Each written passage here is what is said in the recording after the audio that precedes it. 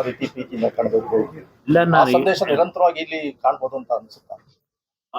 ನಾನು ಅದಕ್ಕೆ 11ನೇ ತಾರೀಕು ನಿಮಗೆ ಸಂಪೂರ್ಣವಾಗಿ ಏನು ಈ ಸ್ಥಳದಿಂದ ಉದ್ದೇಶ ಇಟ್ಟಿದ್ದೇನೆ, ಏನು ಸಂದೇಶಗಳನ್ನ ಪ್ರತಿ ಕುಟುಂಬಗಳಿಗೂ ನಾನು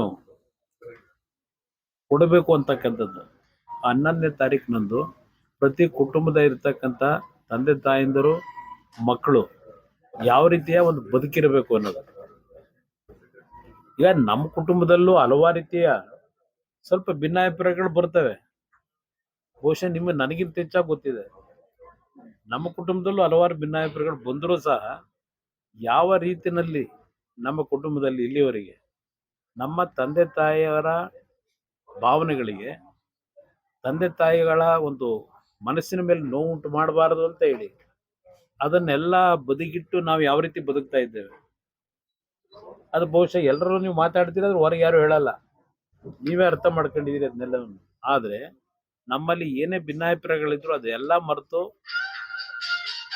ಒಂದು ಧ್ವನಿಯಾಗಿ ನಾವೇನು ಬದುಕ್ತಾ ಇದ್ದೇವೆ ನಮ್ಮ ಕುಟುಂಬದಲ್ಲಿ. ಜೇನಿನ ಗೂಡು ನಾವೆಲ್ಲ ಅಂತಕ್ಕಂಥದ್ದು ಒಂದು ಸಿನಿಮಾದ ಹಾಡಿದೆ, ಜೇನಿನ ಗೂಡು ನಾವೆಲ್ಲ ಅಂತ ಹೇಳಿ.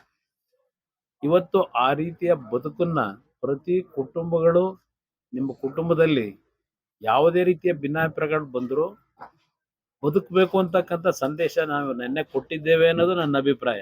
ನಾಡಿನ ಜನತೆಗೆ ನಾನು ಕೊಡ್ತಕ್ಕಂಥ ಸಂದೇಶ. ಇವತ್ತಿನ ಪ್ರತಿದಿನದ ಘಟನೆಗಳನ್ನು ನೋಡಿದ್ರೆ ತಂದೆ ತಾಯಿ ಮಗ ತಂಗಿ ಅಕ್ಕ ಹೆಂಡತಿ ಇದು ಎಲ್ಲದರ ಅರ್ಥಗಳನ್ನ ಇವತ್ತು ನಾವು ಕಳ್ಕೊತಾ ಇದ್ದೇವೆ. ಪ್ರತಿದಿನದ ಪತ್ರಿಕೆಗಳನ್ನು ನೋಡಿದಾಗ ಯಾವ ರೀತಿಯ ಸಾವು ನೋವುಗಳು, ಕುಟುಂಬದಲ್ಲಿ ನಡೀತಕ್ಕಂಥ ಅಹಿತಕರ ಘಟನೆಗಳು. ಕೈ ಜೋಡಿಸಿ ನಾನು ನಾಡಿನ ಜನತೆಗೆ ಪ್ರತಿ ಕುಟುಂಬಗಳಿಗೆ ಮನವಿ ಮಾಡ್ತೇನೆ, ಯಾವುದೇ ರೀತಿಯ ಆಸ್ತಿಗೋ ಇಲ್ಲ ಮತ್ಯಾವುದೋ ವೈಮನಸ್ಸುಗಳಿಂದ ಕೆಲವನ್ನ ಕಂಟ್ರೋಲ್ ಮಾಡ್ಕೋಬೇಕು ಅಂತ ಹೇಳ್ತಾರೆ.